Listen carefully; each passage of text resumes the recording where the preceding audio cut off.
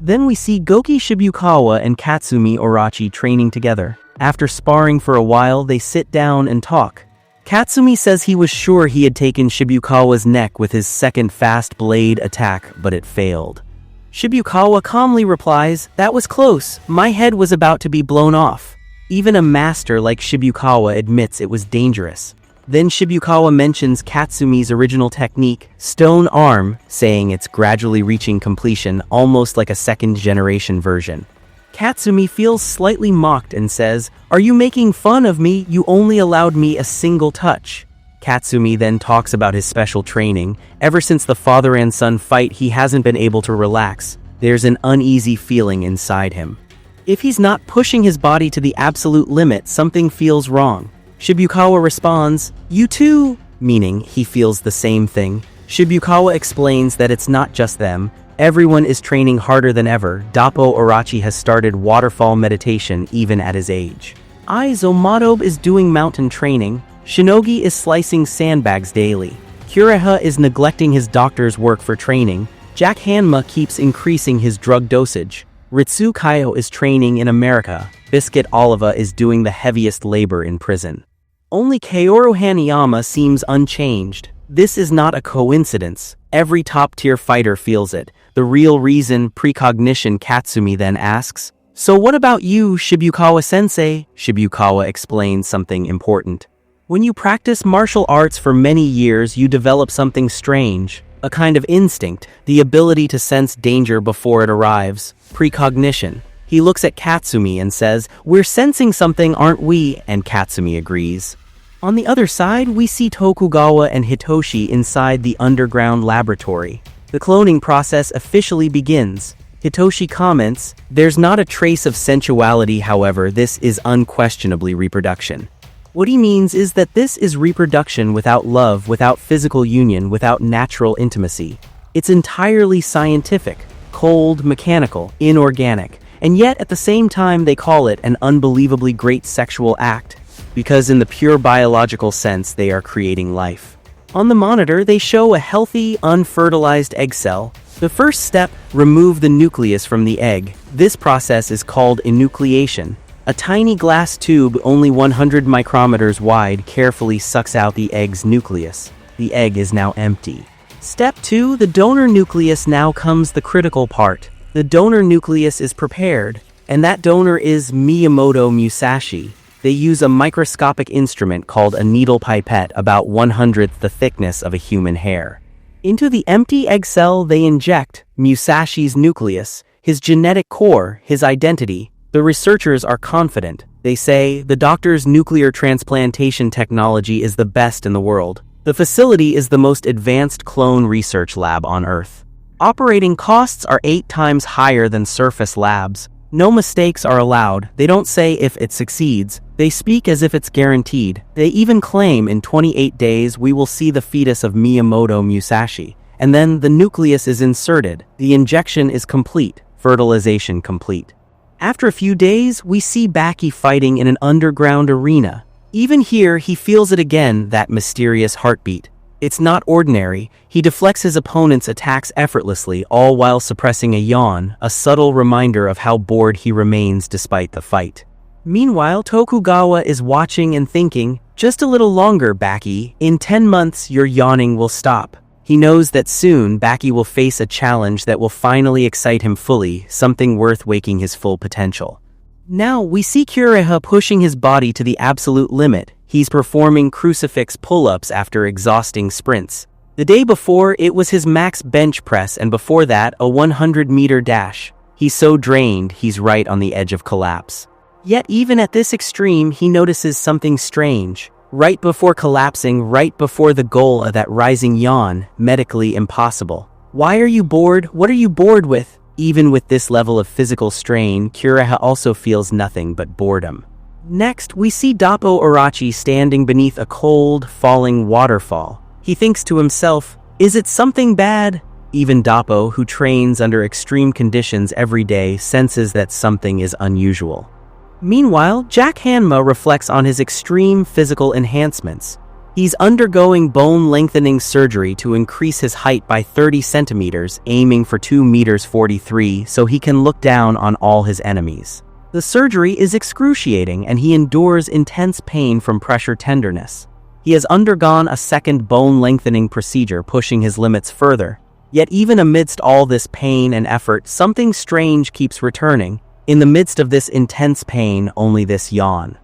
After 11 months and 10 days since the cloning process began, the moment has arrived. All medical checks show perfect health. Pulse normal, amniotic fluid temperature normal, body temperature 36 degrees C, no abnormalities anywhere. The delivery begins. As Musashi emerges, his hands are huge, showing the physical power he will possess. Yet in other ways, he looks surprisingly ordinary. Despite this, there is no doubt about his identity. In any case, this is the Miyamoto Musashi, peerless under heaven, the real Miyamoto Musashi. Even at first glance, they can sense the height of his fighting power. He is the original symbol of strength, the man who started the word strongest. Then we see Kaoru Hanma sitting in a pub with his gang members. Here, Hanma is also yawning. Seeing this, his gang members become worried and say, "Boss, I think since sitting here, how many times have you yawned?" He then adds that he has lost count of how many times Hanma has yawned. Thinking he might be the reason, the man begins to cry and says, "If you're that bored, should I just disappear?" He believes that maybe his presence is what's making Hanma bored. Hearing this, Hanma calmly begins telling him about an incident from 2 days earlier. He explains that while he was walking, some punk suddenly aimed a gun at him, shouting nonsense and threatening him, but Hanma remained completely calm. Even in that situation, he simply said, "Hey, don't miss. If you miss, you're dead." While saying this, Hanma slowly walked closer to the man. The punk became terrified, realizing the overwhelming pressure coming from him, and strangely, even in that tense moment, Hanma let out another yawn. Then Hanma casually grabbed the man's hand and crushed the gun with his bare hand, completely destroying it. After finishing the story, Hanma reassures his gang member, saying that this boredom is not his fault, so he should not worry about it. But in his mind, Hanma keeps thinking about one thing. If I face Yujiro Hanma again, what will happen? After this thought, Hanma goes directly to meet Mitsunari Tokugawa. There, Hanma straightforwardly declares, "I want to fight Ogre." Hearing this, Tokugawa becomes nostalgic and replies, "You want to fight Hanma Yujiro, such valiant words. I haven't heard something like that in a long time." However, Tokugawa also says that this is an unbelievable decision. Challenging Yujiro cannot even be called a normal match anymore. He explains that no one is foolish enough to challenge such a monster. So Tokugawa asks Hanma one simple question, "Then why challenge him?" And he immediately answers it himself. "You're bored, aren't you?" Hearing this, Hanma gets surprised. Tokugawa then remembers something that happened 5 years ago. At an arcade in town, without any warning, Yujiro Hanma suddenly stood up. It became a fight between Yujiro Hanma and Kaoru Hanma. And the result of that fight could be described in one word: annihilation. It was an overwhelmingly decisive defeat for Hanma, a moment so brutal that it became a lifelong trauma. Logically, there was no reason for those two to meet again. That fight should have been the final ending between them. But even after experiencing the freezing pain and humiliation of that night, Hanma now feels something even worse. A pain that should not exist at all. The intense pain called boredom. After hearing this, Tokugawa finally understands. "I see, Ogre would heal that." Then he thanked Hanma, saying that he himself had also wanted to call Ogre to Tokyo. And if the challenge comes from the name Kaoru Hanma, then Yujiro Hanma will definitely respond. Next, the scene shifts back to the laboratory where scientists are observing the cloned body of Miyamoto Musashi. The researchers report that all the physical conditions are completely normal. His pulse, body temperature, blood pressure, everything is within the normal range. There are no abnormalities at all. However, despite these perfect results, there is a serious problem. It has already been 81 hours since his delivery, yet the test subject still has not awakened. The scientists explain that his pulse, body temperature, and blood pressure are being monitored 24 hours a day, and every piece of data shows that the body is functioning perfectly. But there is one critical issue. There is no reaction in his brain waves. Even though the data is perfect, Musashi remains completely asleep. At this point, the scientists realize something frightening: data alone cannot solve this problem. One of the researchers becomes desperate and says that before this reality, science and data were powerless. He even begs the others to help him, calling himself a powerless biologist. Because of this situation, the researchers begin a heated debate discussing different theories about why Musashi is not waking up. The discussion becomes intense and reaches its peak. Everyone shares their opinions, but none of them can find the answer. Then Tokugawa explains the situation using a metaphor. He says it is like creating a Buddha statue but not inserting the soul. In other words, the body has been perfectly recreated, but something essential is missing: the spirit. Even though he feels embarrassed to speak in front of so many experts, he asks them to listen to his idea. He explains that scientists always rely on data: past data, current data, accumulated data. But there are certain realms that numbers and science simply cannot reach. Then he admits something personal. He says he has an older sister and her profession is a spirit medium. Hearing this, the other scientists become suspicious and confused. They question him, asking if she is some kind of psychic, like a shrine maiden or an atako, and what exactly he plans to ask his sister to do.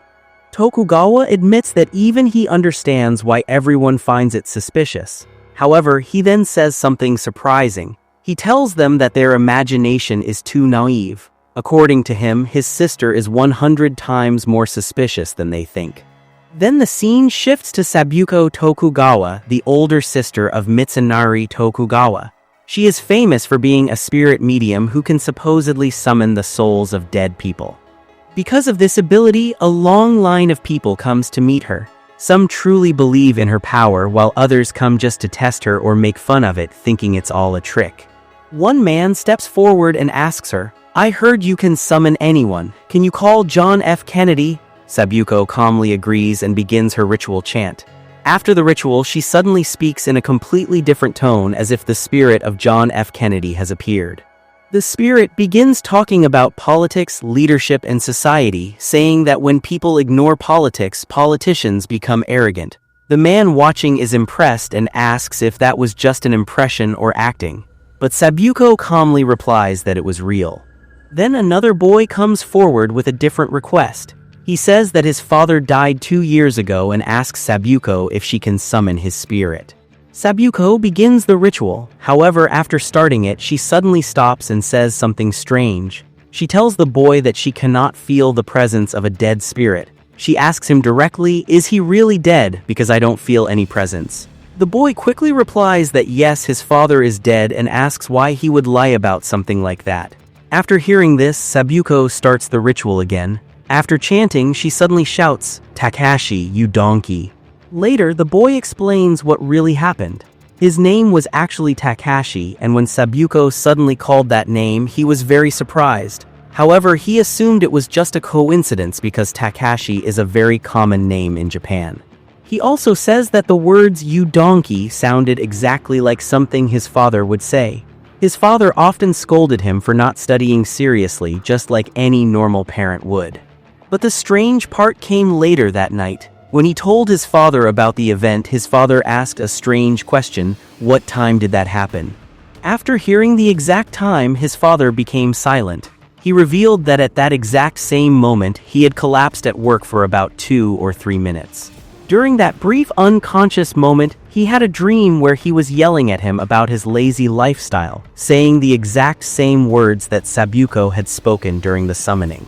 Even the surroundings and situation matched perfectly. Because of this, Takashi realizes something shocking: Sabuko wasn't faking it. The conclusion becomes clear to everyone: Sabuko Tokugawa is the real thing, whether the person is alive or dead. It doesn't matter, there is no spirit she cannot summon. After this, we see Hanma walking alone down a quiet street. He had already decided that he wanted to fight Yujiro Hanma again to cure the unbearable boredom he had been feeling. So while he's walking, suddenly Yujiro Hanma appears. The two of them stop. No words, no movement. Just Yujiro and Hanma standing face to face, their overwhelming presence filling the entire street. The tension in the air is so heavy that it feels like a fight could start at any moment. And with that intense moment, episode 2 comes to an end. If you enjoyed this episode recap and want the next one, hit 11 likes on this video and I'll bring the next episode soon. Thanks for watching.